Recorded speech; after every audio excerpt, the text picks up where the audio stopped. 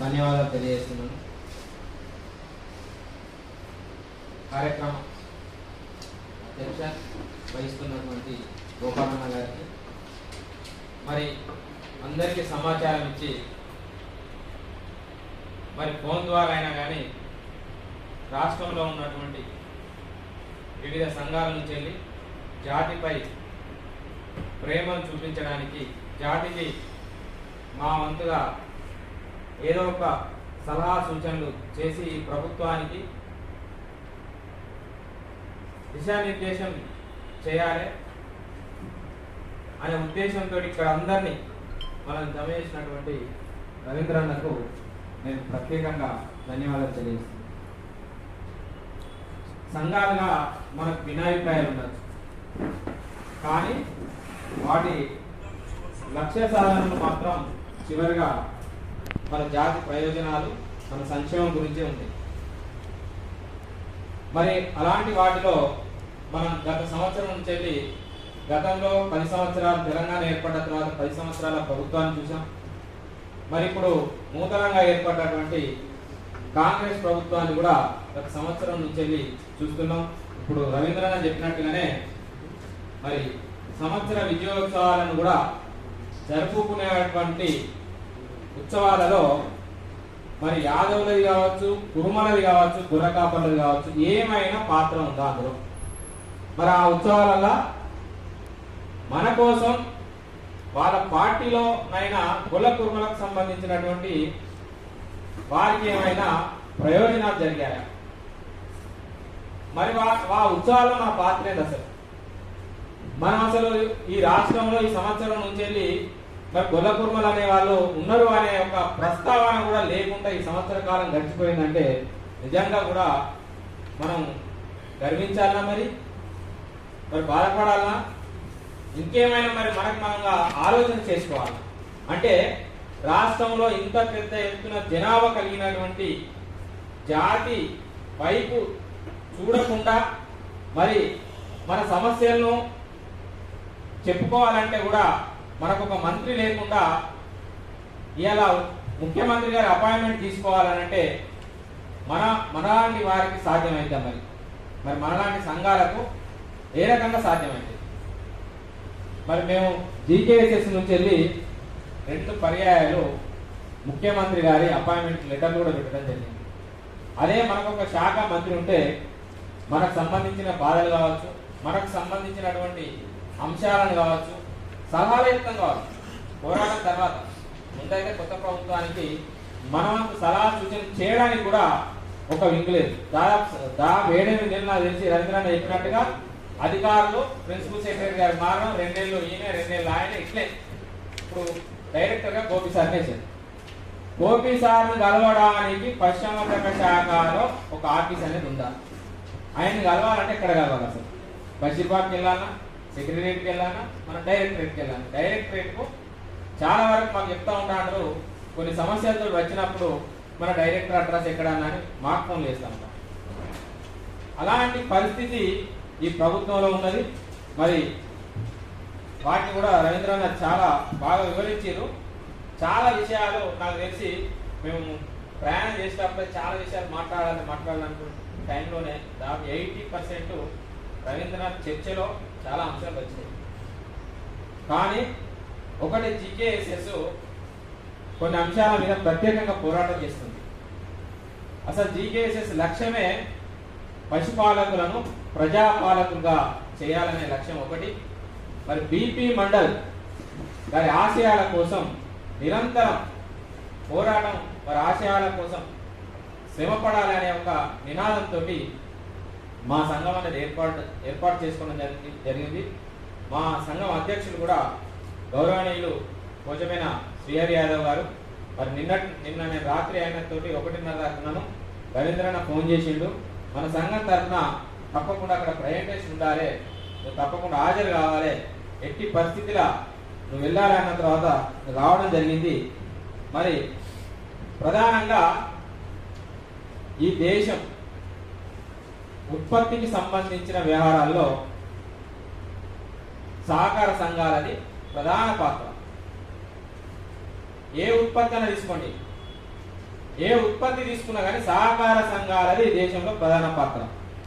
మరి అలాంటి సహకార సంఘాలకు గ్రామ పంచాయతీలకు ఎట్లయితే కాల పరిమితి నింపిన తర్వాతనే ఎట్లయితే ఎలక్షన్స్కి వెళ్తున్నాయో ఆ పరిస్థితి రావాలి. ఆ సహకార సంఘాలకు ఎలక్షన్లు ఇట్లా ఎన్నికలు కానీ నిర్వహించకుంటే కేంద్రం నుంచి వచ్చేటువంటి గ్రాంట్లు ఆపేయాలనే ఒక చట్టం కూడా పూర్తి స్థాయిలో ఉండాలని చెప్పేసి ఒక ప్రతిపాదన నేను చేయదలుచుకున్నా. ఎందుకంటే మన సహకార సంఘాలు పాలక వర్గాలు ఉంటేనే మనకు హక్కులు అనేది ఉంటుంది. ప్రైవేట్గా మనం ఎంత కొట్లాడినా కూడా అది బయట పానిపాడే ఊరుతారు కదా, వెళ్ళిపోతాడు అనే ఒక దానిలాగానే ప్రభుత్వాలు చూస్తున్నాయి. కాబట్టి పాలక వర్గాలు ఉన్నప్పుడు పాలక వర్గం చేసేటువంటి తీర్మానానికి చట్టంలో కానీ రాజ్యాంగంలో కానీ ఒక విధానం ఉన్నది. కాబట్టి వాటిని సాధించుకునేటువంటి అవకాశాలు మనకు పాలక వర్గాల ద్వారానే ఉంటాయి. కాబట్టి సొసైటీ ఎన్నికలు తప్పకుండా జరగాలి. కాల పరిమితి నిండగా ముందుకే వాటికి షెడ్యూల్ విడుదలయ్యే విధానాన్ని తీసుకురావాలని చెప్పేసి కేంద్ర ప్రభుత్వాన్ని మరియు రాష్ట్ర ప్రభుత్వాలను కూడా కోరాలని చెప్పేసి నేను కోరుతున్నా. అలాగే మేము జీకేసెస్ ద్వారా కూడా కొన్ని అంశాలను ప్రత్యేకంగా తీసుకున్నాం. ఏంటి అని అంటే సహకార సంఘాలు ఆర్థికంగా బలోపేతంగా ఉండాలి. బలోపేతంగా ఉన్నప్పుడు అన్ని అంశాలు అందులో గొల్ల కాపర్లకు కానీ యాదవుల కుర్మలకు కానీ ఆర్థిక ప్రయోజనాలు జరుగుతాయి అనేది మొదటి లక్ష్యంగా. అంటే వాటి వైపుగా మనం ప్రయాణం చేయాలనే ఉద్దేశంతో మేము 2016లో ఒక పైలట్ ప్రాజెక్ట్గా పెద్దపల్లి జిల్లాలను తీసుకోవడం జరిగింది. అక్కడ ఒక మార్కెట్ను మేము పోరాటాల ద్వారా ఒక ప్రభుత్వ స్థలాన్ని రాజీవ్ రహదారికి ఆనుకొని ఉన్నటువంటి స్థలాన్ని ఎంపిక చేసుకొని దాన్ని సాధించుకున్నాం. 2020 సెప్టెంబర్ 20 తారీఖు రోజున గౌరవనీయులైనటువంటి అప్పటి మంత్రి గారు తలసాని శ్రీనివాస్ యాదవ్ గారి చేతుల మీదకి వెళ్ళి మరి అక్కడ శంకుస్థాపన చేసుకుని 25 లక్షల నిధులను మంజూరు చేయించుకొని ఇవాళ అక్కడ చెట్టు హైదరాబాద్ తర్వాత అత్యధిక మాంస వినియోగ ప్రాంతం కోల్బెట్ ఏరియా అంటే సింగరేణి ఏరియా. అక్కడ మాంసం ఎక్కువ తింది కాబట్టి అక్కడ క్రయ విక్రయాలు దాదాపు రోజుకు 3 నుంచి 4 లారీల దాకా మా మార్కెట్ అందింది. అంత ముందుకు ప్రైవేట్ వ్యవస్థ దాదాపు 6 నుంచి 7 లారీల దాకా అమ్మేది. సండే వచ్చిందంటే 10 నుంచి 12 లారీలు అనేది. అట్లా ఈ లాభాన్ని ఇవన్నీ చూసిన తర్వాత మిగతా శక్తులు ఏం చేసినాయి అంటే అక్కడ ఉన్నటువంటి లోకల్ సంఘాలను కొంత ప్రభావితం చేసి మనోళ్ళే మనకి ఎవరో కొత్తోళ్ళు రాదు, ఇంట్లో మా వాట ఉంటది కదా, మా గ్రామం ఇది లేకుంటే మా పక్క గ్రామం ఇది మాకు వచ్చే ల్యాండ్ అని అక్కడ గొడవలు స్టార్ట్ చేయడం జరిగింది. గొడవలు స్టార్ట్ చేసి దాన్ని పెద్ద ఎత్తున ఒక విధానంతో నడిచేటువంటి వ్యవస్థను టోటల్ కూల్చేసి 4-5 కౌంటర్స్ ఏర్పాటు అయ్యేటువంటి వ్యవస్థ తయారైంది. ఎందుకోసం అనంటే పోలీస్ స్టేషన్ పోయినా కానీ రాజకీయ శక్తిని అడ్డంగా ఉండేది. ఎక్కడికి పోయినా కానీ మీకు ఒక దానికి సంబంధించినటువంటి నియమావళి లేదు కదా, మీకు ఒక బైలా లేదు కదా, దీన్ని ఏ విధంగా నడుపుకోవాలనేటువంటి బైలా అనేది లేదు. మరి ఇంకొకటి ఏంటి అంటే సమస్య అది పశుసంవర్ధక శాఖ పేరు మీద మేము ల్యాండ్ ని అలాట్ చేయించడం జరిగింది. ఎందుకంటే పెద్దపల్లి అనేది నూతన జిల్లా, కరీంనగర్ నుంచి విడిపోయినటువంటి జిల్లా, దానికి యూనియన్ అనేది ఏర్పాటు కాలేదు. లేకపోతే ఈ స్థలాన్ని యూనియన్ పేరు మీద తీసుకొచ్చి కొంత చేసేవాళ్ళం కావచ్చు. కానీ ఆ రాజకీయ శక్తుల వల్ల 3 నెలలకే ఆ మార్కెట్ పోయింది. వీళ్ళ మీద ఇప్పుడు పోరాటం చేయాలంటే ఎవరి మీద చేయాలి? మనోళ్ళ మీద మనం పోరాటం చేయగలుగుతాం. వాళ్ళ సంక్షేమం వాళ్ళ కోసమే కదా మనం ఇదంతా ప్రయత్నం చేసేది ఎవరమైనా కూడా అని కొంతవరకు సమయం తీసుకొని సరే మీరైతే మీరు నడపండి, ఈ మార్కెట్ వ్యవస్థను కొద్దిసేపు ఆపుతామని చెప్పేసి మేము ఒక 6 నెలలు ఆపిన తర్వాత వాళ్ళు పోటీలు పడి మేము 250-280 కేజీకి అమ్మినటువంటి వ్యవస్థ నుంచి 200-190 చేసాం. వచ్చిన తర్వాత ఏమైంది? ఒక్కొక్క గ్రూప్ 10 లక్షలు 12 లక్షలు లాస్ అయిపోయింది. అందులో జీవాలు కూడా కొంత మార్కెట్ లో దానా కానీ అది కానీ ఉండదు కాబట్టి చనిపోయినటువంటి వాటితోటి దీనికి తక్కువ రేటుకు అమ్మడం తోటి కొంత నష్టం జరిగి 7 నెలలకి అది మార్కెట్ మూతపడేటువంటి పరిస్థితికి వచ్చిన తర్వాత దాన్ని మళ్ళీ ఎవరు పట్టుకోవాలి? మళ్ళా మనమే పూర్తిగా దాన్ని చేత పట్టుకోవాలి అని అంటే రాజకీయ వ్యవస్థ దగ్గరికి రాదు. మీకు గొడవలు అయితే ఉన్నాయి, ఇప్పుడు గొడవ క్రమణ మళ్ళా దీన్ని మొదలు పెడితే మళ్ళా గొడవలు స్టార్ట్ అయితే అని చెప్పేసి వాటిని అట్నే ఆపడం చేయడం జరిగిన తర్వాత మళ్ళా నూతన ప్రభుత్వం వచ్చిన తర్వాత కూడా మేము అప్పీల్ చేయడం జరిగింది. అప్పీల్ చేస్తే వాళ్ళు ఏమంటారు అంటే ఇక్కడ అదు మేము వేరే కాడిస్తాం ఈ స్థలాన్ని మేము క్యాన్సిల్ చేస్తాం అనేటువంటి ప్రపోజ్ వచ్చినప్పుడు మొన్న కలెక్టరేట్ ముక్కటి కూడా మేము పెద్దపల్లి జిల్లా తీసుకోవడం జరిగింది. తీసుకొని మరి దాన్ని నిర్వీర్యమైనటువంటి ఇలాంటి స్థలాలు మేము పెద్దపల్లి జిల్లాలో ఒకటే కాన్స్టిట్యున్సీ కాకుండా రెండు మండలాలకు ఒక మార్కెట్ ఉండాలనే ఒక లక్ష్యంతో దాదాపుగా 5 మార్కెట్లకు స్థలాలను సేకరించి వాటికి సంబంధించినటువంటి నిధుల సమీకరణ కూడా మేము చేసుకొని వాటి కాంపౌండ్స్ మరి ఫెన్సింగ్ కూడా ఏర్పాటు చేయడం జరిగింది. చేసిన తర్వాత గవర్నమెంట్ నిధులకు కానీ అలాట్మెంట్ లెటర్స్ మాకు ఇవ్వండి పంచనామా చేసి అని కలెక్టర్ మేము సంప్రదించినప్పుడు అక్కడ ఉన్నటువంటి సమస్య ఏంటంటే మన ప్రిన్సిపల్ సెక్రటరీ గారికి లేఖ రాస్తూ మీ ఈ సొసైటీ అంటే ఈ మార్కెట్లకు ఫండ్స్ ఏమైనా ఉన్నాయా, మీ ఫండ్స్ ఉన్నట్టు అయ్యే ఉంటే ఈ స్థలాలను మీకు అప్పచెప్తాం అని చెప్పేసి కలెక్టర్ గారు లెటర్ రాస్తే అప్పటి నుండి ఇప్పటి వరకు కూడా అది కలెక్టర్ గారు టేబుల్ మీదనే ఉన్నది. పశ్చిమాధికార శాఖ ఏం చెప్తుంది అని అంటే మాకు ఫండ్స్ లేవు అని చెప్తుంది. ఫండ్స్ లేవు అని అంటే ఇప్పుడు ఇది గవర్నమెంట్ మీకు అందరికీ గవర్నమెంట్ లెటర్ అండి. ఇందులో దాదాపు స్థలాలను ఒక కలెక్టర్ లెటర్ రాసి ఒక జేడీకి ఇవ్వడం జరిగింది. మేము సర్వే చేసి పూర్తి చేసినాము, మీరు డబ్బులు కేటాయించండి, డబ్బులు కేటాయించినట్టు ఉంటే మేము ఈ స్థలాలు అలాట్ చేస్తాము. అంటే ఈ స్థలాలు సేకరించడానికి మాకు సంవత్సరం నుంచి 2 సంవత్సరాల సమయం పట్టింది. దాదాపుగా మనం ఒక ల్యాండ్ సాధించుకోవాలనంటే మనందరికీ తెలుసు ఎన్ని శ్రమకు ఎంత ఓడుస్తాం ఎంత కావాలి. కాబట్టి మిత్రులారా మేము ఒకటే కోరుతున్నాం, మన రాష్ట్రంలో ఉన్నటువంటి ఎందుకంటే భూమి అనేది చాలా విలువైనది, ఇవన్నీ మనం చేస్తాం కానీ అది శాశ్వతమైనటువంటి ఆస్తి. మనం వాటి నిర్మాణంలో ఈ గొర్రెలు మేకల యొక్క వ్యవస్థను తీసుకువచ్చి దాన్ని మన సొసైటీలకు అంటే ప్రాథమిక గొర్రెల పెంపకందారుల సహకార సంఘాలకు అనుబంధం చేసి ఆ మార్కెట్లను ఇట్లా నిర్వహించేది ఉంటే ఆర్థికంగా చాలా బలోపేతంగా ఉంటాం. ఏదైనా మీటింగ్ పెట్టినా కానీ 1000 కొద్ది జనం రావడానికి కూడా సంకోచించదు. ఎందుకంటే ఇవాళ ఎటు రావాలన్నా కానీ మనకు తెలుసు, ఒక గ్రామంలో కానీ ఒక మండలంలో కానీ లేకపోతే హైదరాబాద్ రమ్మని అంటే దాదాపు కాళేశ్వరం వస్తే 5-6 వేల ఖర్చు అయింది. 5-6 వేల ఖర్చు ఎవరు పెట్టాలి? పెట్టేటువంటి పరిస్థితి లేదు. ఎవరికో మనటువంటి వాళ్ళకు సంఘం ఎడల మనకు కొంత ఆశయాలు అభిమానం ఉన్నది కాబట్టి మన దేవులకి ఖర్చు పెట్టుకుంటాం కానీ ఇక్కడ దాకా వస్తుంది. అలాంటి వ్యవస్థ వచ్చినట్టు ఏదంటే మన సంఘం నుంచి వెళ్ళి తీసుకొని ఒక కారు కాదు 4 సార్లు వేసుకుని వస్తే మన చైతన్యం కానీ మనది కానీ ఏర్పడ్డప్పుడు రాజ్యాధికారం కూడా మన చేతులు ఉంటది అనేది ఒక లక్ష్య సాధన కోసం మేము పనిచేస్తున్నాం. అట్లే ఒక 2 నిమిషాలు అట్లనే నేను ఒకటి ఏం అడుగుతున్నానంటే మనం దొడ్డి కొమరయ్యతో పాటుగా ఇలా బీసీ వ్యవస్థకు ఆర్జుడని నేను చెప్పను కానీ ఒక బీసీ వ్యవస్థలో ఓబీసీ వ్యవస్థను దేశంలో రిజర్వేషన్ వ్యవస్థకు పునాది వేయడమే కాకుండా ఆ రిజర్వేషన్ వ్యవస్థను తీసుకొచ్చినటువంటి గొప్ప మహనీయుడు బీపీ మండల్ గారు. ఆ బీపీ మండల్ గారి విగ్రహాన్ని కూడా మనం ట్యాంక్ బండ్ మీద ఏర్పాటు చేయాలని చెప్పేసి, ఎందుకంటే మన జాతి బిడ్డ కాబట్టి అది మనం కోరాలని చెప్పేసి మన రాష్ట్రంలో ఉన్నటువంటి నాయకులందరికీ మరి ఈ తీర్మానంలో కూడా రవాణా కొద్దిగా దీన్ని చేర్చాలని చెప్పేసి నేను ప్రత్యేకంగా కోరుతున్నా.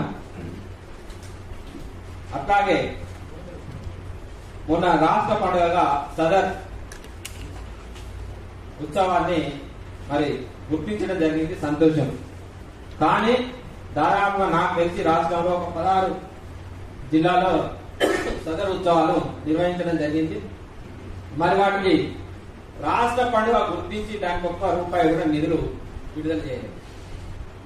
మరి మళ్ళా వాటికి మన వాళ్ళే జేబులు చిల్లులు పడేటట్టు ఒక్కొక్క జిల్లాలో సుమారుగా 7-8 లక్షల రూపాయలు ఖర్చు పెట్టుకొని ఉత్సవాలను నిర్వహించుకోవాల్సినటువంటి పరిస్థితి మన జాతి బిడ్డలకు ఏర్పడ్డది అని అంటే అది ప్రభుత్వం గుర్తించి ఏదైతే జిల్లాలో నిర్వహించారో వాటికి నిధులు కూడా మరి కేటాయించి కలెక్టర్లకు ఆర్డర్ చేయాలని చెప్పేసి కూడా ఈ వేదిక నుంచి కూడా నేను కోరుతా ఉన్నాను.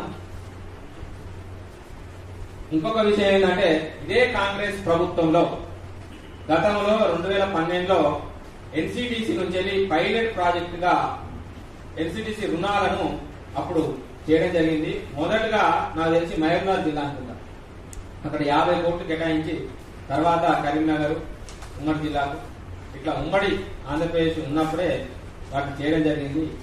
మరి అవి 2016లో మరి ఆ లోన్లు మాకైతే కరీంనగర్ జిల్లాకు రావడం జరిగింది. వచ్చిన క్రమంలో మరి అలా చాలా వరకు అవినీతి జరిగింది అనేది ఒక ఘట్టం అయితే, మరి అందులో నిజాయితీగా నిజ గొర్రెల కాపర్లు అనేది ఎక్కువ శాతం ఆ గొర్రెల లోన్లను తీసుకోవడం జరిగింది. వాటిని కూడా ఎట్లా అంటే తమ దగ్గర ఉన్నటువంటి ఆస్తులను మార్టిగేజ్ రూపంలో పెట్టి తనఖా పెట్టి ఆ లోన్లను పొందడం జరిగింది. పొందిన తర్వాత మనకు టిఆర్ఎస్ ప్రభుత్వం అంటే ఇప్పుడున్నటువంటి బీఆర్ఎస్ ప్రభుత్వం అప్పుడు బీఆర్ఎస్ ప్రభుత్వం మరి గొర్రెల పథకాన్ని తీసుకురావడం జరిగింది. బయట రాష్ట్రాల నుంచి వచ్చినటువంటి గొర్రెలు మరి మన గ్రామాలకు రావడం, అందులో మనకు చాలా వరకు ఇక్కడ ఉన్న వాళ్ళందరికీ దాన్ని నేను విరమని చెప్పడం అవసరం లేదు ఆ పథకం గురించి. మరి కొన్ని రోగాలు వచ్చినప్పుడు ఇక్కడ ఉన్నటువంటి ఎన్సిటిసి లోన్లలో తీసుకున్నటువంటి గొర్రెలతో కలవడం, మరి వాటికి చనిపోవడం, ఆ ఎన్సిటిసి లోన్లలో తీసుకున్నటువంటి గొర్రెలు ఒకటే సంవత్సరం ఇన్సూరెన్స్ ఉన్నది, మళ్ళా సంవత్సరం తర్వాత వాటికి ఇన్సూరెన్స్ చేయలేదు ప్రభుత్వం. మరి వాటికి రావడం అవి చాలా వరకు గొర్రెలు కూడా చనిపోయి ఇన్సూరెన్స్ అందకుండా భారీ మొత్తంలో నష్టాలను చవి చూసినటువంటి నిజ గొర్రెల కాపర్లకు అన్యాయం జరిగింది.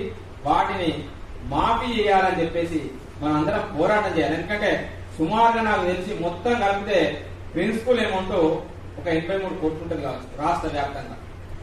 ఆ 83 కోట్లు రాష్ట్ర ప్రభుత్వానికి పెద్ద అమౌంట్ కాదు.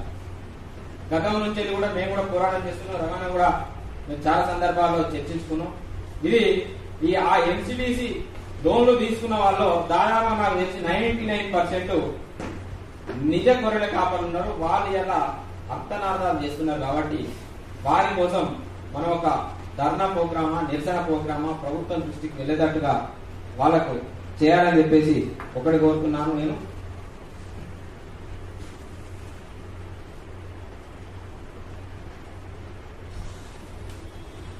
ఇదొకటన్నా. ఇప్పుడు ఇంత ముందుకు మనం చెంగిచెర్ల వీటి గురించి కూడా మనం మాట్లాడుతున్నాం.